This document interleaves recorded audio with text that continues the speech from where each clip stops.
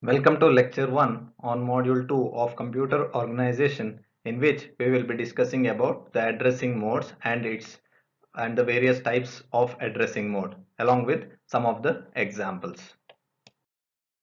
In this particular slide we will discuss about the addressing modes and what the addressing modes are, and along with that the types of addressing modes.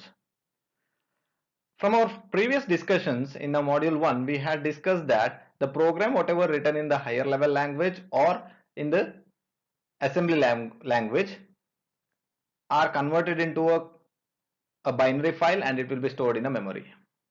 And whenever the program gets executed, the data has to be transferred to and from the memory. The way in which the data is accessed by an individual instruction specifies the or indicates the addressing modes. There are different ways in which we can access a memory, or an instruction can access a memory in different ways. Based on that, we have different types of addressing modes. We have immediate addressing mode, register addressing mode, absolute, or we also call it as direct addressing mode, indirect addressing mode, index, base with index and offset, relative, auto increment and auto decrement. However, you might have already knowing about the auto increment and auto decrement. So here we have, for each and every instruction, or in order to call a particular instruction as a with respect to a particular addressing mode, we have some special symbols, like we have hash here, we have some of the representation in a unique way that represents a particular addressing mode. We will discuss them individually in our next slides. In this particular slide, we will discuss about the register addressing mode and the direct mode. Before that, it is important for us to understand about the variables and constants. However, we have come across the term variables and constants in our previous subjects.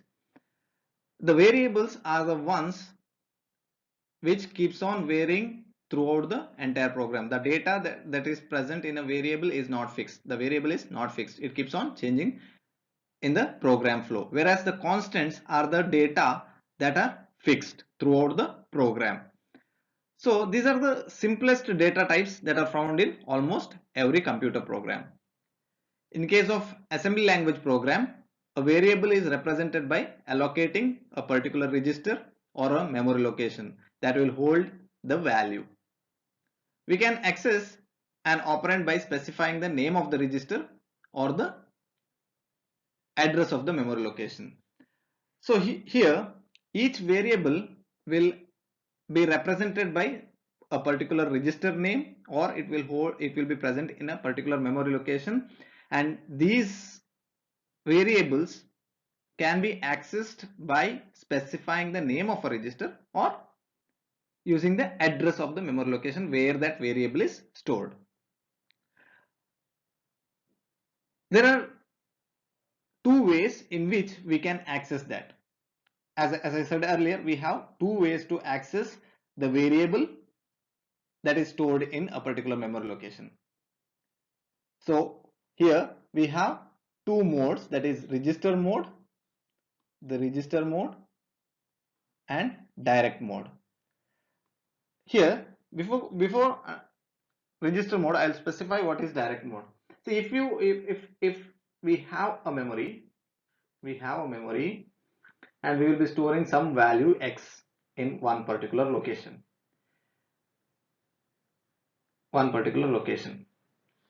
Just a minute. Let us assume that we have memory, and in one particular memory we have x, we have y, and we have z.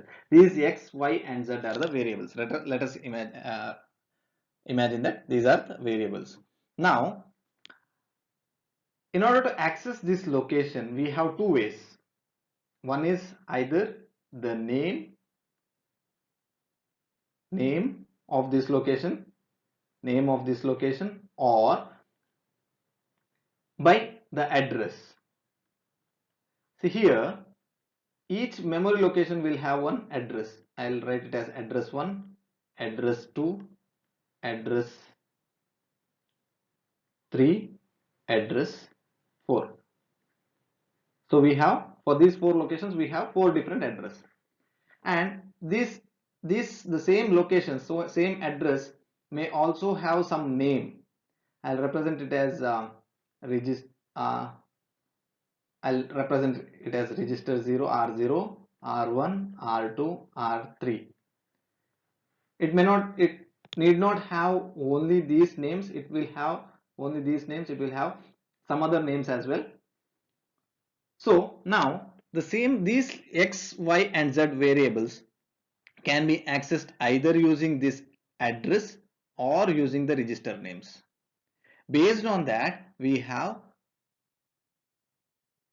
two modes. If you use the name R0 or register names, then if you use the register names to access a particular memory location, then it comes under the register mode. Whereas direct mode, the operand in the memory location, the operand is in the memory location, the address of this location is given explicitly in the instruction. You will be directly specifying this address in your instruction. If you directly specify this address in your instruction, then it is direct addressing mode, or also called as absolute addressing mode. Next comes the immediate data. So these immediate data are almost always the constants. The value of immediate data will not change in the entire program. So in case of immediate data, the data will be written explicitly in the instruction. For example, if we take the instruction move hash 200 comma r0, now this 200 is the data itself. So what happens is, after execution of this instruction, r0 register will hold the data 200,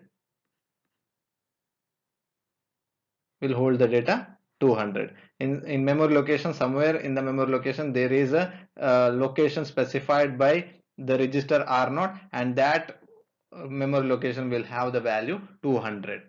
So now what if I write move 200 comma r0? Now this is not the data, this will be the address.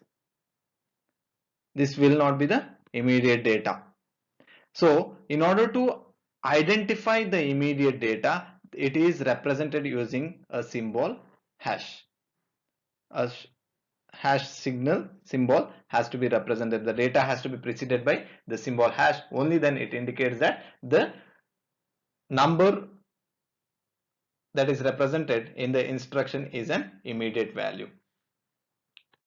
So whenever you want to transfer any constants, it may be an address or a data, can be represented in assembly language using the immediate addressing mode, and it is always represented using the symbol hash. Next we will discuss about the indirection and the pointers, or the indirect addressing mode. In case of indirect addressing mode, the effective address of the operand is the content of the register. See, if in our previous example, or in case of the register addressing mode, we have taken one example as move r0 comma a. If this is an example, then the contents of r0 will be directly copied to a. In case of this is the register addressing mode, or in case of immediate addressing mode, move hash 200 comma r0. Now in this case, the data, the number that is represented itself is the data. But whereas in case of indirect addressing mode, the content that is present in the register, for example, if you write move r0 comma r1, In this case, the content of R0 will be copied to R1. But in case of indirect addressing mode, the content of R0 will behave as the address. So the content of R0 will be the address. And for example, if you specify this will be, if you write here some, if there is a 500 in R0, then if I use the indirect addressing mode, then it will be the effective address will be the content that is present in R0. If I use the indirect addressing mode for move R0, R1, then the content that is present in R0 will be the address. Now in this address, that is 500H, there will be content some 25. Now this is the data.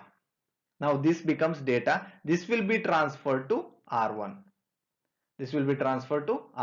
So in case of indirect addressing mode, the effective address is specified in one of the source operand from where the data is copied and transferred to the destination register.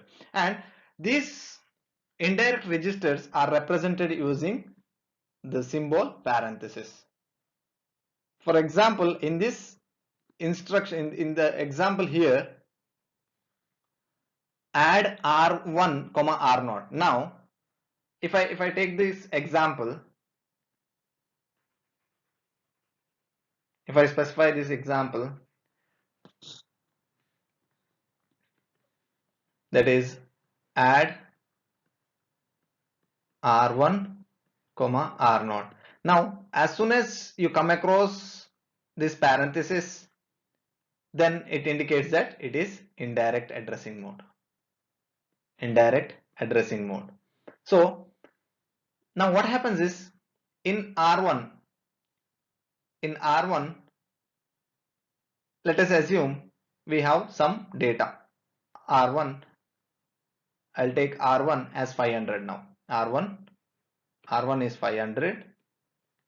Now, since R1 is written in parenthesis, this data present in R1 becomes the address. So in R1 we have 500. There is one more location where the address is 500, and in that address you have the value 25. Now when you add R1, R0, the content that is present in R1, that is 25. The content that is present in R1, that is the content that is present in 500, that is 25. Then it becomes 25 plus that content that is present in R0. If I have R0 equal to 30, then the result will be 25 plus 30, and the sum is stored back in the register R0 because it is the destination register. This is called as the indirect addressing mode. Here in this diagram, this B will be the effective address. In this address, there will be some data that will be added to R0, and the result is stored back in R0. In this particular slide, we will be discussing about the pointers. Now, the register or memory location that contains the address of an operand is called a pointer. The register or a memory location that contains the address of an operand is called a pointer. Here, the register, if you look at this example, the register that holds the, or that contains the address of operand, this R2 here, R2 holds the address. This R2 register holds the address of the operand, and this R2 register is called as the pointer. It's called as the pointer. Here, this particular program is to add some n numbers. So here, first you need to initialize the count. This particular instruction is initializing the count to n. For example, if the count is 10, then this 10 is loaded into R1 register. Next, move the number, first number, to R2 register. The data where it is present, that address is moved to R2 register.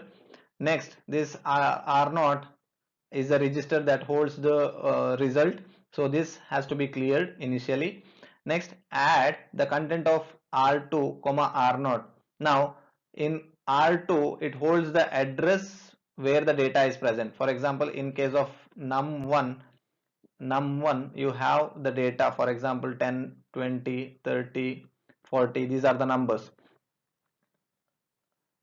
So this num1 is loaded into R2. Now the contents of num1, when you add indirectly R2 comma R0, what happens is the content that is present in num1, the initial content is 10, will be added to R0.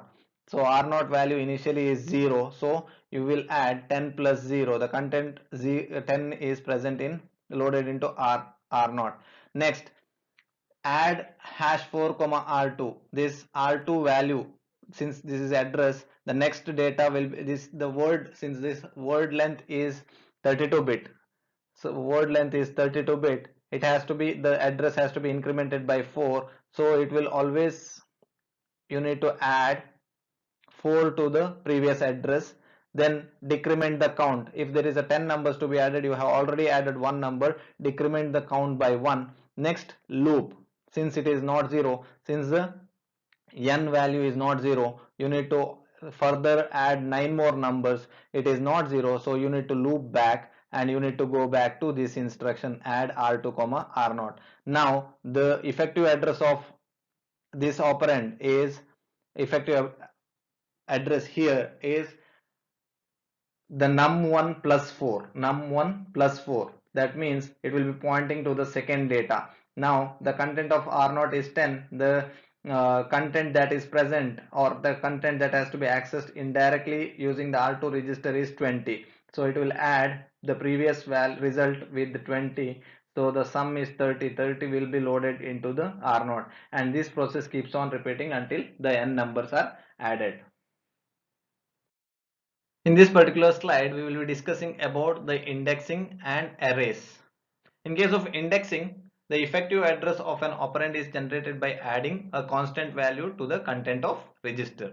For example, if you have a register value with 10, for example, if you have the value R0 equal to 10, and you are supposed to access, each time you want to access a data, you want to access with the increment of 4, as we discussed in our previous example. So in that case, the one way we can write the code is as we have written in our previous, increment the number by 4 each time before accessing the data from a particular address. You need to increment the address by 4 and access the data. The other way is to provide the index. For example, you need to give an index of 4, so you can write it as the instruction as 4 of R0. So now what happens is, the initial value, the content of R0 is 10 and it will be indexed by 4, so the effective address will be 14. This way you can access, or you can repeat this process, you can repeat this instruction. What happens is, each time it will add 4, the previous value is 14, 14 plus 4 18, and this provided you need to update this value, in this way you can access the different locations. In case of indexing, you will provide a constant value as an index. If you want to increment by 2, you can provide the index of 2. If you want to increment the index if you want to increment the address in the order of 4, you can provide the index of 4, and so on. You can give any index value. Here we have some examples for representing the offset. So in this particular example, let R1 contains the, in first case, the R1, here R1 contains the address of memory location, that is 1000. R1 contains 1000, and we need to provide a offset of 20. So in order to we can write the instruction as add 20 of R1 comma R2. So how exactly this instruction works? So here we need to add, first we need to generate the effective address for here. We need to generate the effective address. Effective address equal to 20 plus content of R1. So now the content of R1 is 1000. So the effective address is 1020. So now you need to add the content that is present in 1020. You need to add the content that is present in 1020. You cannot add 1020 plus R2. You cannot add this with R2. Instead, this is wrong. Instead, you need to add the content that is present in 1020 address with that of the content that is present in R2. So here let us have R2 equal to some 100. R2 equal to 100. R2 equal to 100. Now the result R2 equal to 1020 plus 100, it becomes 1120. 1120 will be the value of R2. Similarly, we can have the other way as well. You can give a offset of 1000 for a base address of 20, the opposite of the previous. Here in this case, the effective address is generated same way as the previous. The effective address will be generated adding offset to the content of the register. Then now the content of register, that is R1, is 20. However, once you add it, the result, the effective address is same as the previous 1020. The next process will continue as same as the previous. The content that is present in 1020 plus the content that is present in R2, and the result is stored back in R2 register. That is content of 1020 plus content of R2 register, and the result is stored back in R2 register since R2 is a destination register. This is how an offset works. Here there is one mistake. This address should be 20 and this offset should be 1000, so that the effective address is 1020. The content that is present here will be added with the content of R2 and the result is stored back in R2. In this particular slide, we will be discussing about the relative addressing mode. The relative addressing mode is similar to the indexed addressing mode. In case of indexed addressing mode, the base address used to vary, but in case of relative addressing mode, the base address will be pointed by the program counter. So it can be written as x of pc comma r naught, or for example, if you want to add, let me give an offset of 2 of pc comma r naught. So here what happens is the program counter value, when that particular instruction is executed, if we assume that the program counter value is some 0800h, now this will be offset will be 2, so the effective address will be 0x8002. So the content that is present in 8002 is loaded into R0. This particular relative addressing mode usually used for branching statements. So what happens is, in case of branching statement or the loop, this kind of relative addressing mode is used. Here, in case of the relative addressing mode, the branch target may be either before or after the branch instruction. So the offset is always given as a signed number. It can be plus or it can be minus. So in using the relative addressing mode, the program can jump back to the previous executed instruction, or it can also jump forward. So the assembly language allow the branch instructions to be written using the labels to denote the branch target.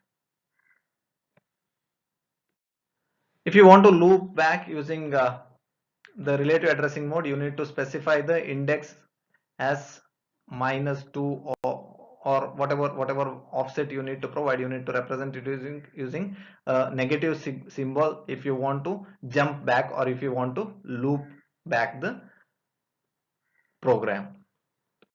The other two addressing modes are auto increment mode and auto decrement mode. In case of auto increment mode, the contents of the register are automatically incremented to point to the next instruction. So it is specified as Ri plus. So in this particular example, this example we have already discussed in our previous slides. So here the only changes here as compared to our previous example what we discussed is R2 plus. This the addressing mode here is indirect auto increment mode. It can be written as indirect auto increment mode. So in case of indirect auto increment mode, it will behave both as a indirect addressing as well as the auto increment. So here what happens is add R2, that is content of R2 with the R0. The effective address will be the content that is present in R2. In that address, if the data that is present in that particular address is added with the R0, and the content of R2 is incremented after executing this instruction. So in case of indirect auto increment, initially it behaves as a indirect addressing mode, where for example if we use this add R2 plus comma R0, initially what it does is the content that is present in R2 will behave as address. In that particular address, if there is some data, it will add that with R0, and the resulting value is stored in R0.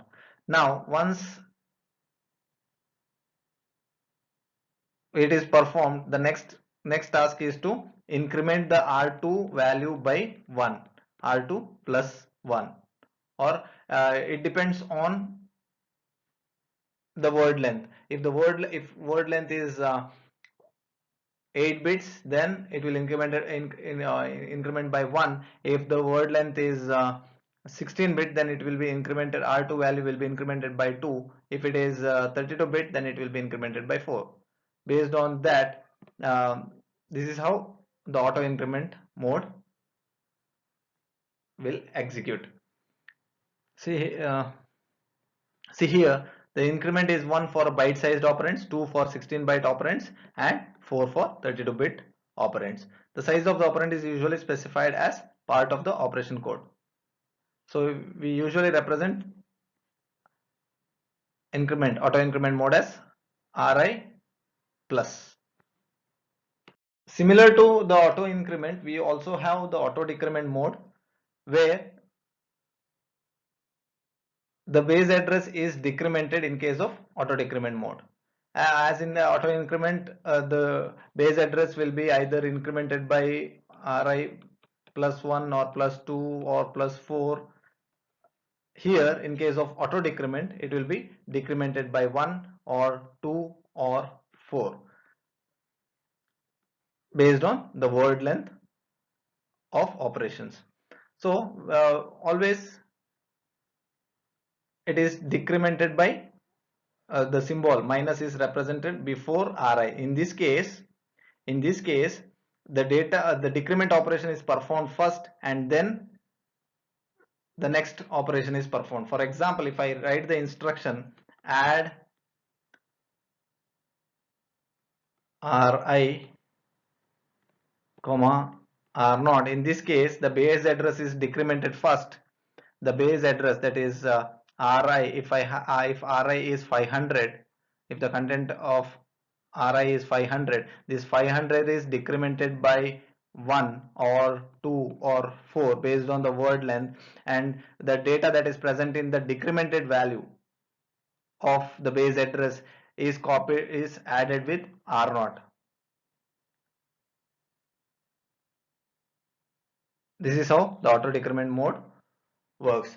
By this we come to an end of the discussion on the types of addressing mode in case of the computer systems.